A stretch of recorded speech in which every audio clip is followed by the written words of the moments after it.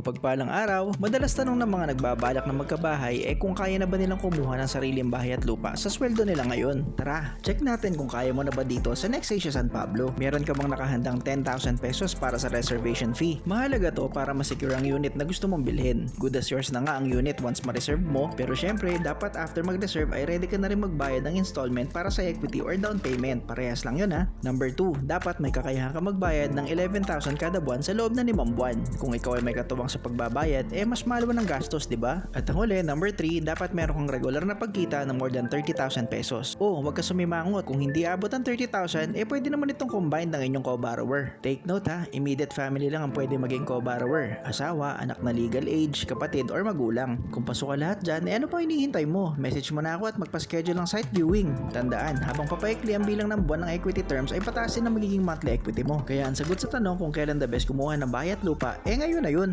This is Daryl of City Favor Realty and you're watching City Favor Vlogs.